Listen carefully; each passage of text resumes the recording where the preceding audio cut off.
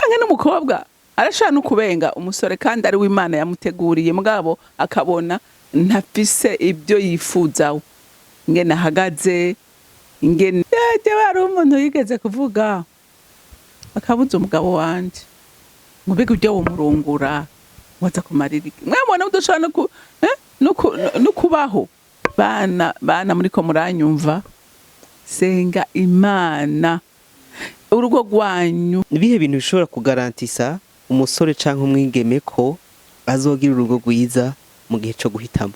Okay, jewe ngira mariage sinari nkijijwe oya sinari nkijijwe icantunze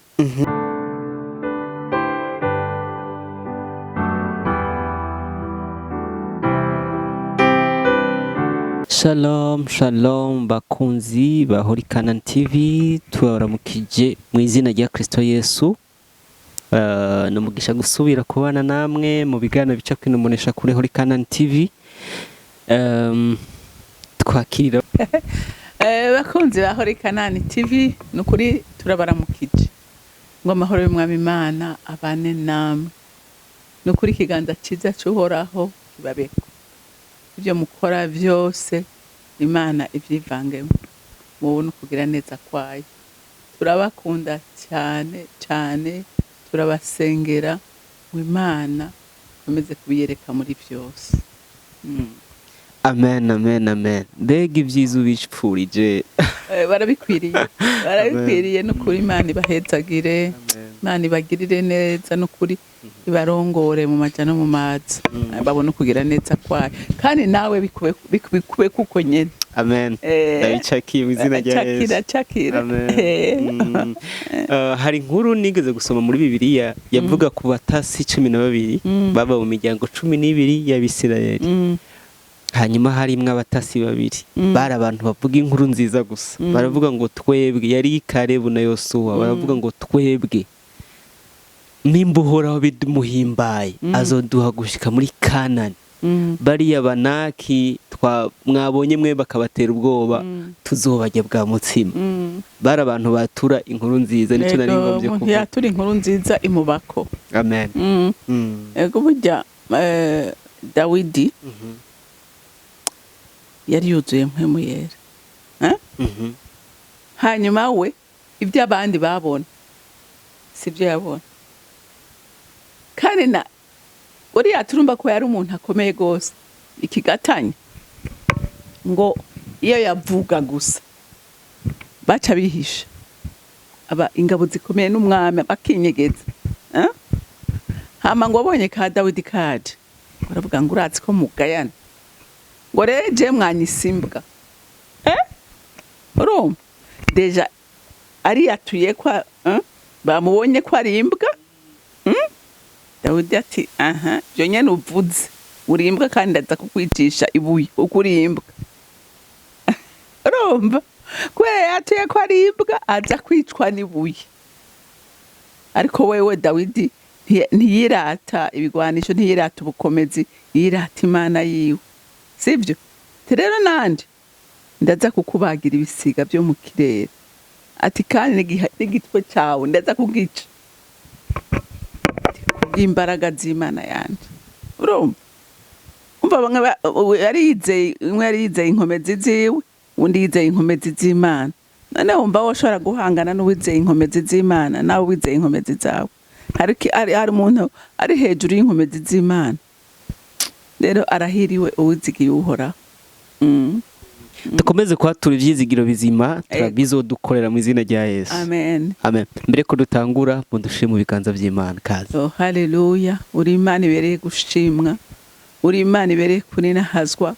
Uri Imana ibereye kuririmbirwa kuko uri Imana yacu, uri umuvyeyi wacu, uri umutabazi wacu, uri umwungere wacu turagira ku murango no mwijoro twe ntituzokwigera dutinya na rimwe tuzi neza kudashobora kwivuguruza kuco wavuze kuko we ubwawe wavuze ngo ndamuteramye iwanyu sinsinzira simpunyiza ku bwanyu. Rero Mana y'amahoro turagushimira ko n'ubu wabitweretse watuvyuye amahoro kandi uratwemere no gukora igikorwa cawe. Izi simbaraga zacu n'imbaraga zawe, nico gituma natwe mwami Imana tudafise ubwoba ko turazi neza kuri kumwe natwe. Ivyo dukora turizera mpwemu yera ko aza kubidufasha, kuko twaramuhawe nk'umufasha, twaramuhawe nk'umurezi, twaramuhawe nk'umwigisha. Uyu rero ari kumwe natwe kugira ngo atugirire neza, kandi dusabye ayo mavuta ko atemba kuri CANAAN TV kugira ngo abantu bose bazokumva amajambo aca muri bino biganiro aza bafashe kandi aza bakomeze. Mana ndagushimiye kandi ndakunerahaje, icubahiro cyose kibi cawe mu izina ry'umwami wacu Yesu Kristo dusenze twizeye kuvyumvise. Amen, amen, amen, amen, amen. Uyu munsi tuziye ugwaruka, nibo tuje kuganira nabo, ariko kandi nabubatse ingo nabo. Ibyo tugiye kuganira birashobora kubafasha mu gufasha abana babo, gufasha abandi batandukanye, ariko kandi harimo n'ijambo rikomeye, ni guhitamwo umufasha, guhitamwo uwo kubana nawe, ibyo umuntu yo kwisunga. Nicyo kintu tugiye kuganira ko guhitamo. Iyo tuvuze amahitamo nuko haba hari ibintu birenze kimwe canke bibiri umuntu ahitamwo ikimubereye cyiza kuruta. Iyo tuvuze kugira amahitamo cyane cyane yo guhitamwo umufasha, mwe mwumviki? Iyo uvuze guhitamwo umufasha, jewe ico ndavyumvamwo no kuvuga yuko uhitamwo mu bantu benshi, umwe wumva ko umutima wawe ukunze muzobana. Kuko iyo uvuze mu mahitamo, guhitamwo nuko haba hari ibintu byinshi uhitamo. Rero n'umusore canke inkumi, cyane cyane abasore nibo bahitamo, kuko umukobwa warategereza. Rero abasore nibo bahitamo, bagahitamwo muri benshi uwumva yuko ahuye n'amarangamutima yiwe, ahuye n'umuntu yifuza yumva akunda. Niko ndavyumva. Murakoze. Nigeze kumva inkuru imwe, igihe kimwe umuntu yaragiye imbere y'Imana aribwira, Mana wampaye umugore ariko ntitubanye neza. Imana ikimubaza ngo mbe ngo warongoye ryari? Bisigura ko amahitamo yagize dukurikije Imana ntiyarimo. Imana yari kimuzikara umusore. Bisigura ko umuntu ashobora kugira amahitamo Imana itarimwo. Ni gute umuntu ashobora kugira amahitamo meza kandi Imana yashigikiye? Reka tubanze dusome ijambo ry'Imana. Riri mu Migani, ni igice c'19, dusome umurongo w'14. Haravuga ngo urugo hamwe n'itunga umuntu abiragwa n'abavyeyi. Wumve ijambo rikomeye rindi rero.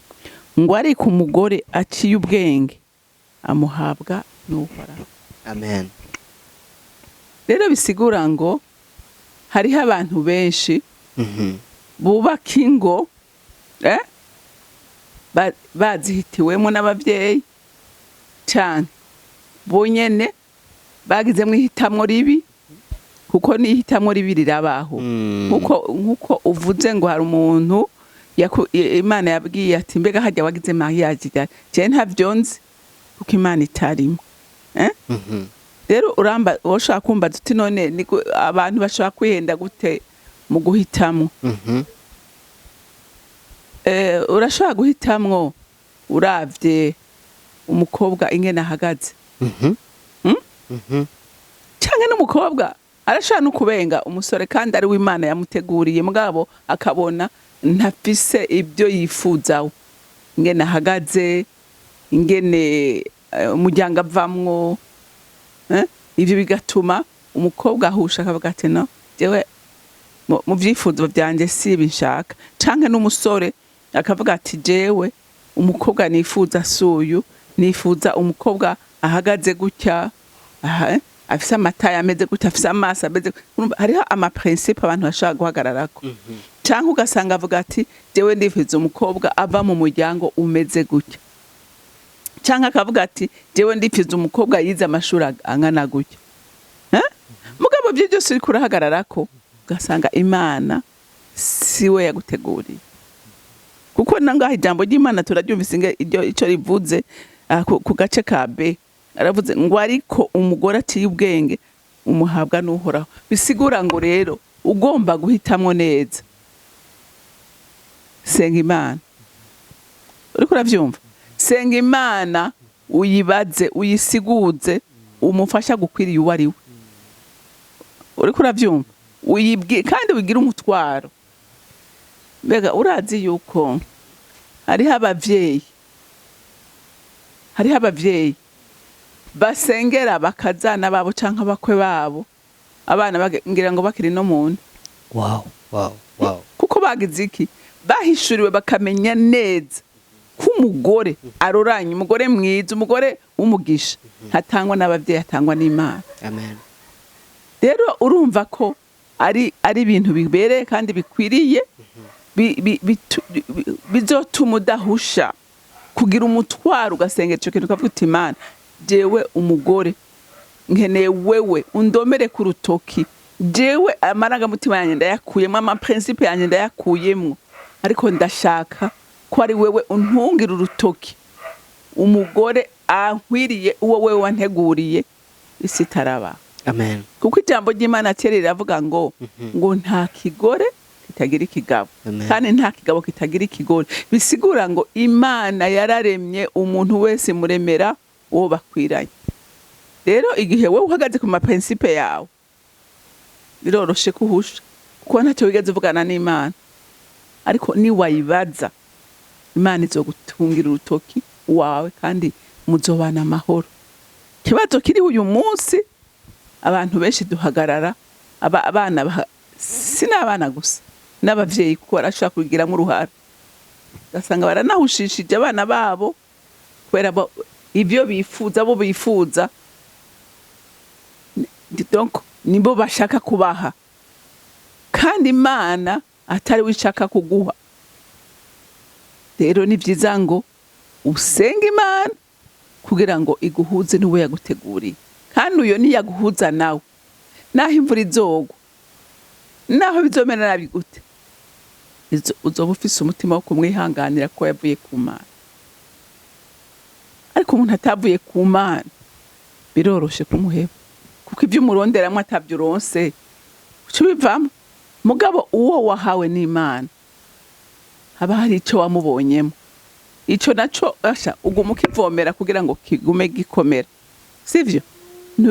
Naho haba imisozi, naho haba ingorane, usubira ku Mana yamuguhaye ukayibwira ati wa muntu wampameze uku, none Mana dutabare, kuko uzi neza iyo wamukuye.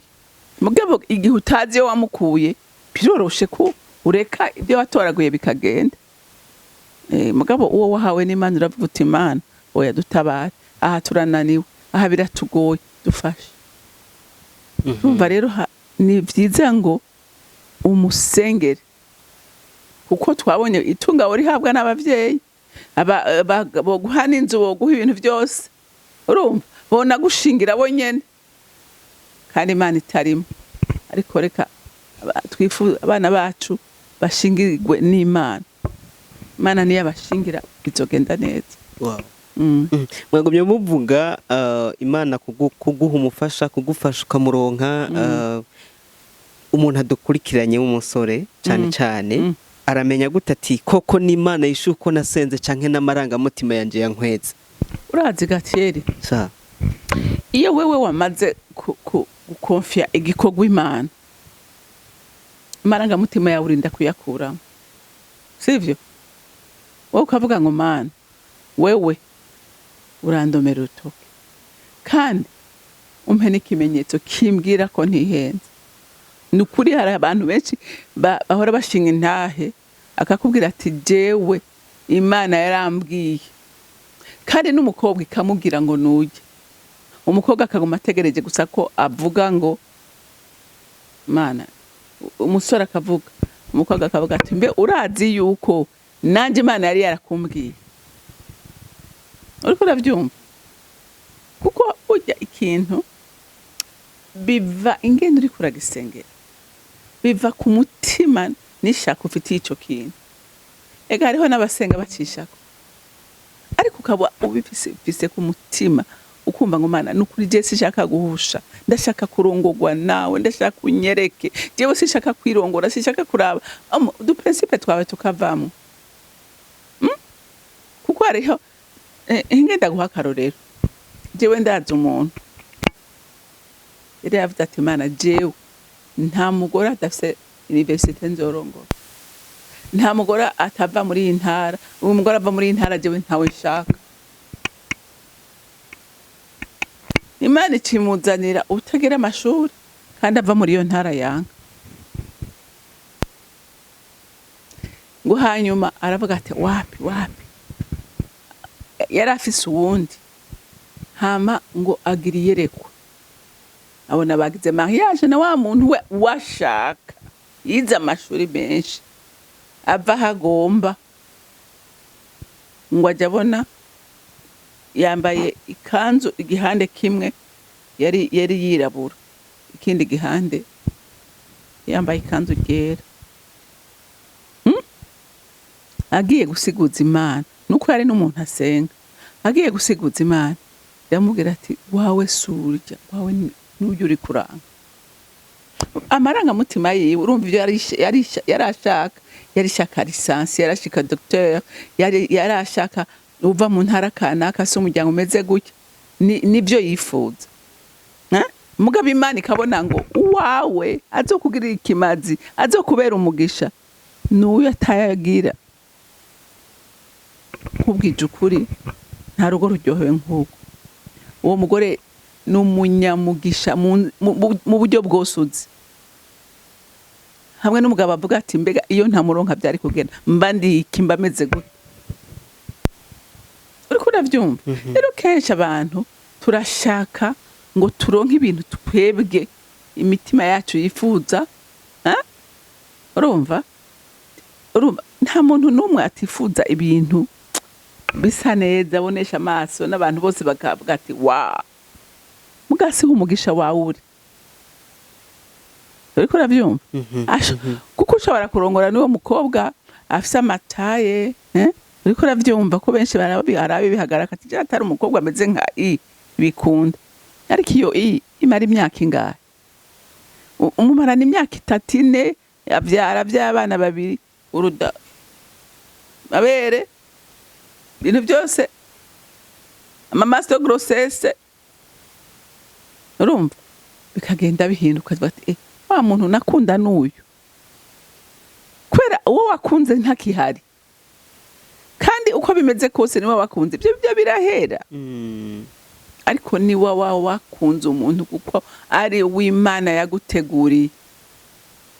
Nahahinduka uravuga uti iyi niyo bote n'umuvyeyi urabyitize nacyo bigutwara uko ntukunda uko ameze, ukunda uwo muntu wese naho yo bari kimuga agendana ubumuga, ari uw'Imana yaguteguriye uramukunda cyane.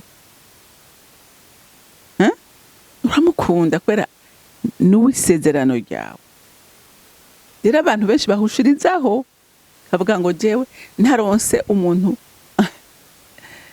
jewe ari umuntu yigeze kuvuga akabuza umugabo wanje ngo bige ujye wumurungura waza kumarira iki. Mwabona udushobora no kubaho umukobwa yizesta azohembwa amahera ngahe? Ariko ngiri uyu munsi ntiyo bivuga. Umu business woman tuzi nani? Mama business woman. Uriko uravyumva? Ngo bisigura ngo ntukarabisha amaso. Ntubuze ico umuntu Imana imutegurira imbere. Kazoza kabitsi ibintu. Uwo muntu yambuza yamwosha. Yarabanye n'umugore we kera. Ubwatwe turacyagubatse kandi rumeze neza. Hajya muramaze mu imyaka ingahe? 35. Wow. Kandi turi mu mahoro. Rero bisigura ngo ntacyo bitwaye wewe ivyo uri kurarabisha amaso, niba Imana hari ico yavuze.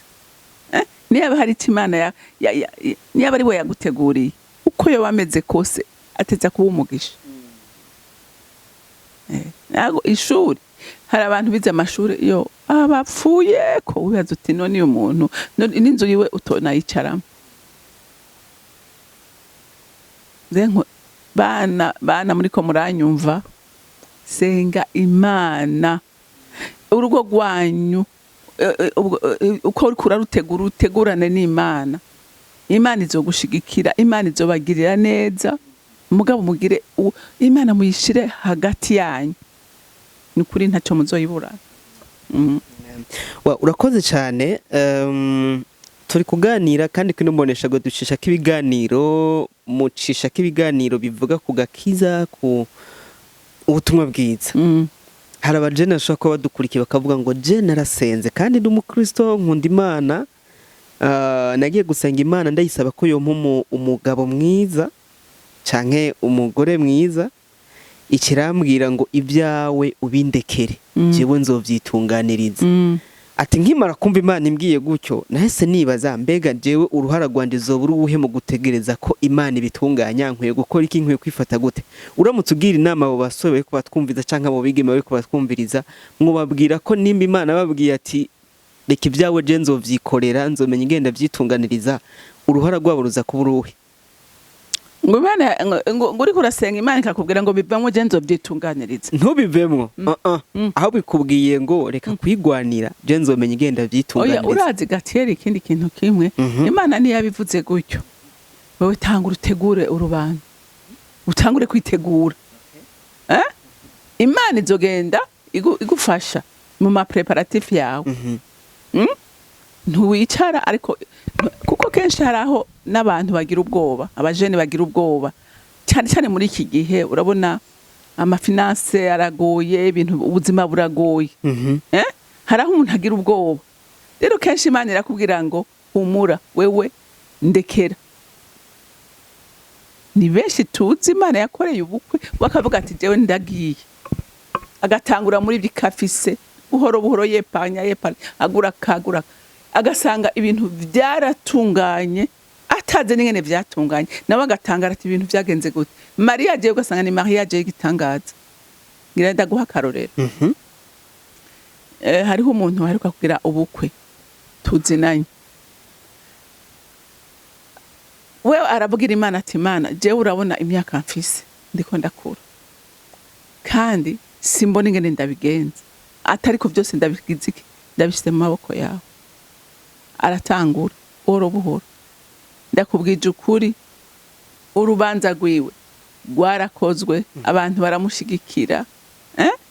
Icyo gutangaza uyu munsi kuri mariage yaronse abantu bamurihira ruwaye y'umwaka.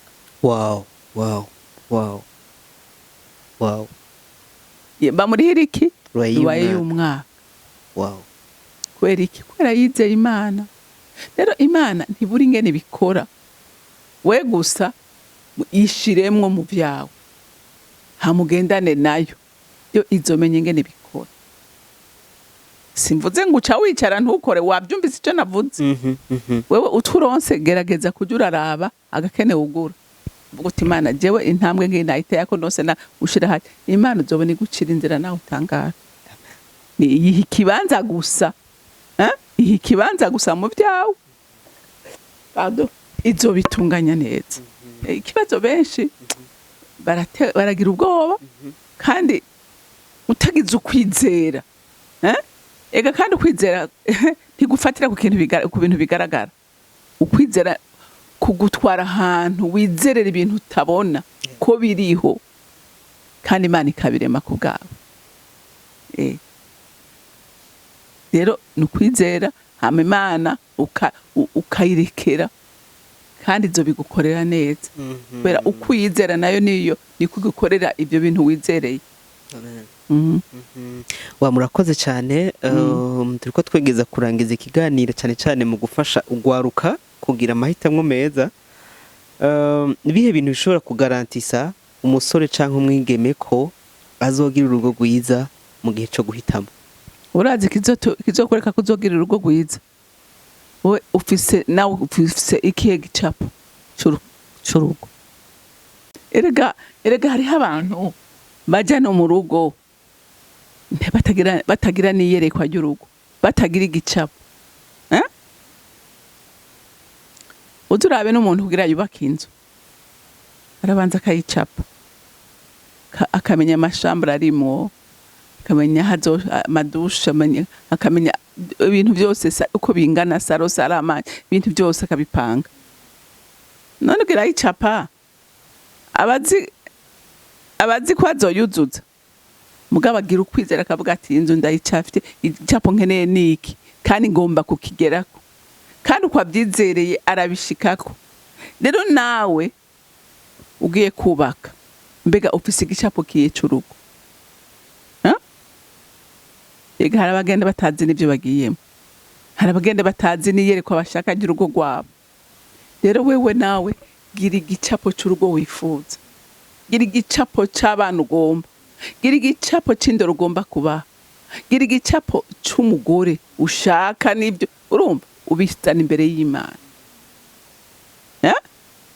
hama urabe ku Imana mutazokorana nayo mugashika kuri ibyo bintu rero biva kuri wewe none wewe uzorongora umugabo asengana n'umugore wiwe basengane hama n'imigambi bayifatire hamwe urumva ekonomi zabo bazigerere hamwe sivyo biyemeza bati bantu b'Imana nukuri kugira ngo ushobora gushika ku kintu no kwiyemeza jewe ndafise umwana yigeze kumbwira ati mama jewe narafashe ndavuga ngo uyu mushahara mpembwa ayo kurya naya donc ayo gukoresha mu kwezi naya aya nayo ndashira kuri compte épargne ati nariyaranje ayo mahera agakwira adakwiye umva natiza kugwana ku buryo ni prive ibindi byose ya masorti nahora ngira bya bintu byose bimwe by'ukono nahora ngira byose arabicanceringa arabikura aravuga ati ubu ngomba kugira épargne ku buryo nzoshika kuri épargne hama mbone kwigurira inzu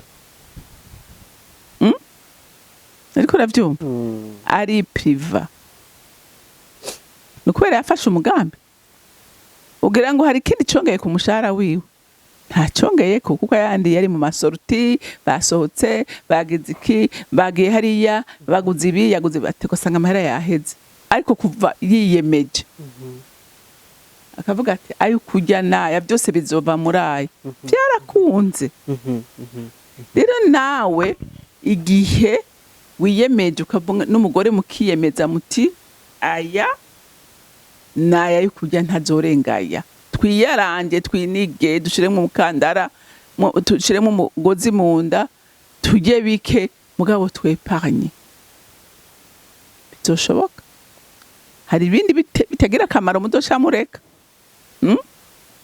mubone gushika ku byo mushaka rero ikibazo tugira abantu benshi bagira ntibaje inama umwe akonona ukuwundi akonona ukiwe mugaye igihe mwicaye mugafatira ingingo hamwe nta kintu na kimwe gishobora kubabuza kugera kure kuko burya Imana ikorera mu bumwe ahantu hari ubumwe hari urukundo Imana ibamo amen mutubwira ibintu bikomeye mu kurangiza ndagomba udushingira intahe gatoya utubwire mbega mu kubaka urugo kwanyu canke gwawe uri waragize igicapo ko mu rugo rwawe kuko mu bintu nabonye mu rugo rwanyu habamwe abashitsi mwakira abashitsi kenshi haba n'urugo nabonye ruba rufise abantu biragoye gumara nk'indwi utabonye abantu bahaje buri munsi haba hari abashitsi abantu bahagendeye uri waragize igicapo mu kubaka urugo ko urugo rwawe ruzohora rwakira abantu gutyo ukabaha kaze ukabitaho uri waragize ico gicapo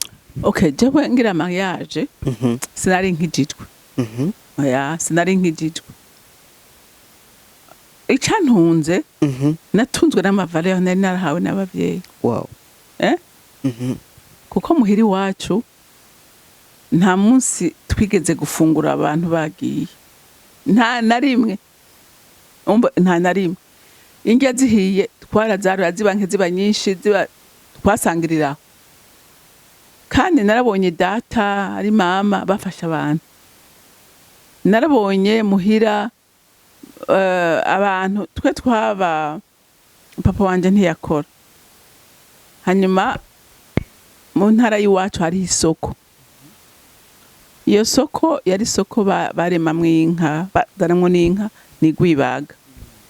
Hanyuma ugasanga rero abantu bashora inka yari soko irema itevye, hakaba abantu bava ahantu kure y'iwacu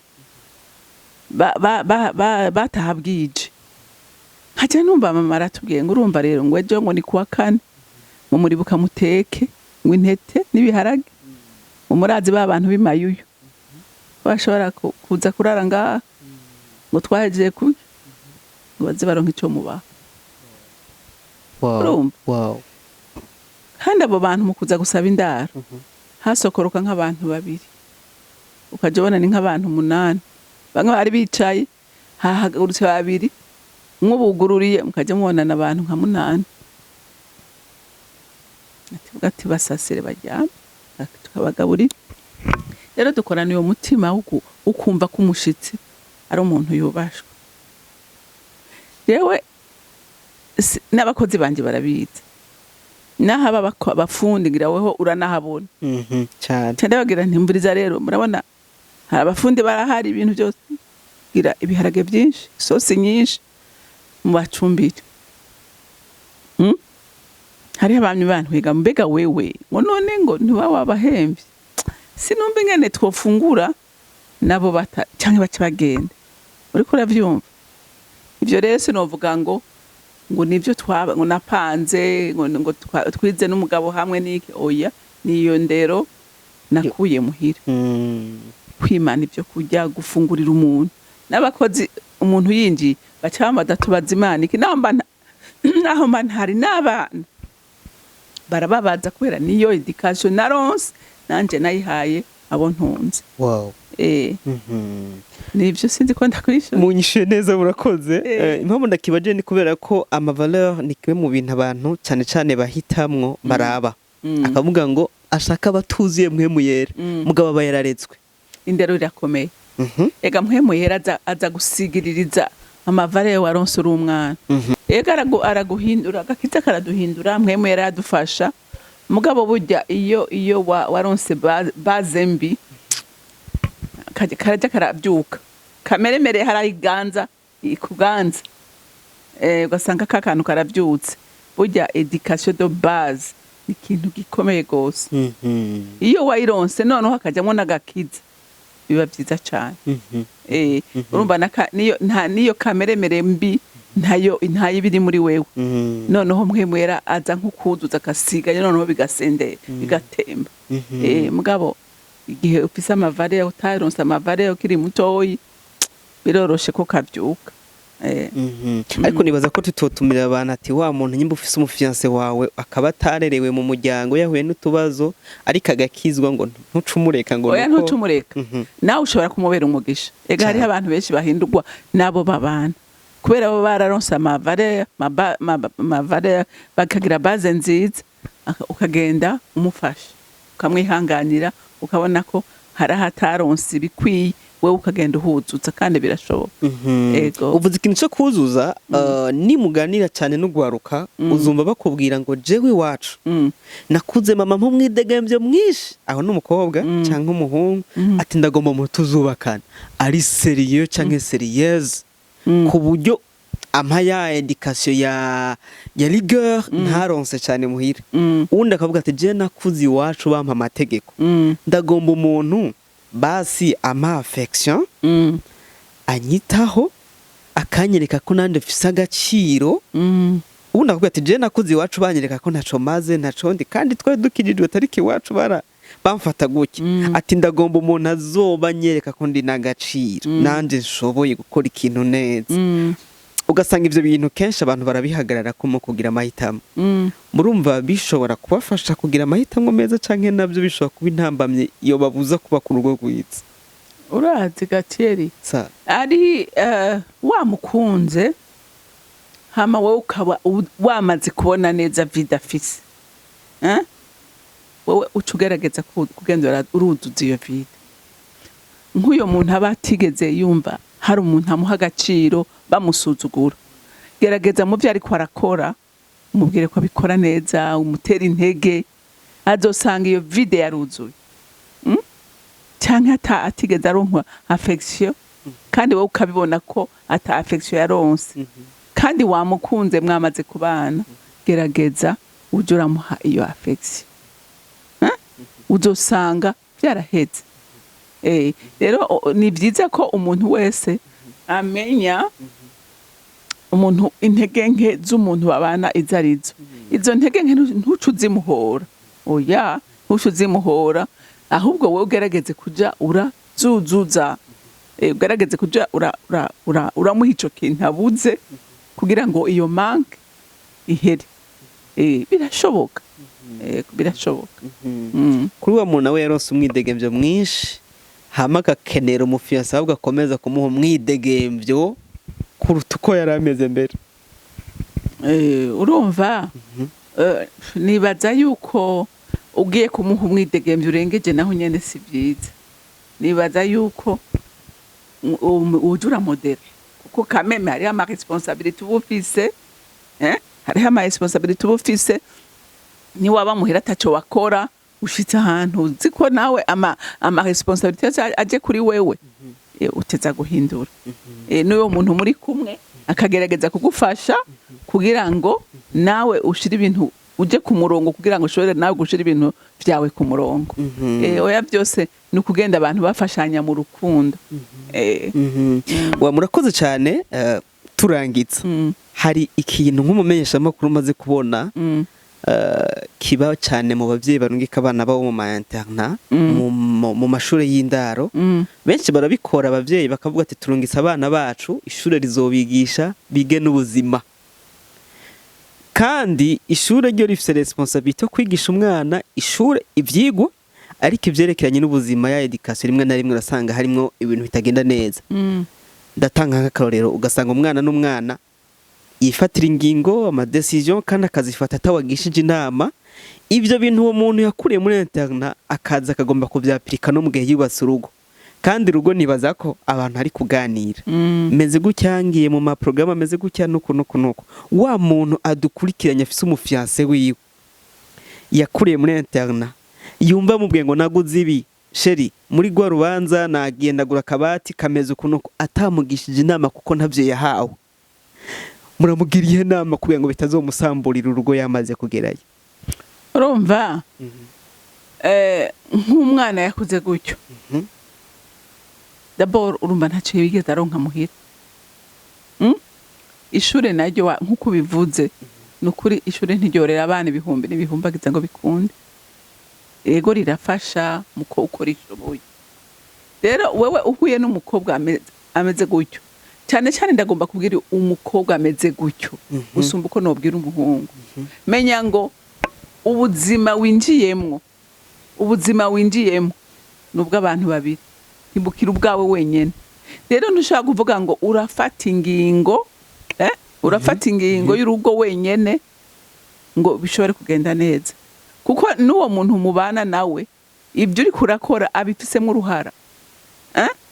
Rero ico numva no muhanura no guhanura ngo nukuri ugerageze uburyo bwose bushoboka, umenye ngo sinshobora gufata ingingo jenyene, hari uwundi muntu turi kumwe cyane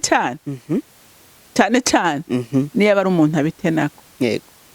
Hari abantu bari seriye, hari abantu babitenaka akavuga ati kubera iki wewe ushobora kugira ikintu utigeze umbaza, banza umenye uwo muntu mubana ingene ameze. Niwe ubona ari umuntu abitenako utegerezwa kwiga kubanza kumuganiriza muje inama, ubanza umwereke n'ico kintu ubone ko agikunda ashitse kwa kora kugira ngo wevite ko urugo rwanyu rusambuka.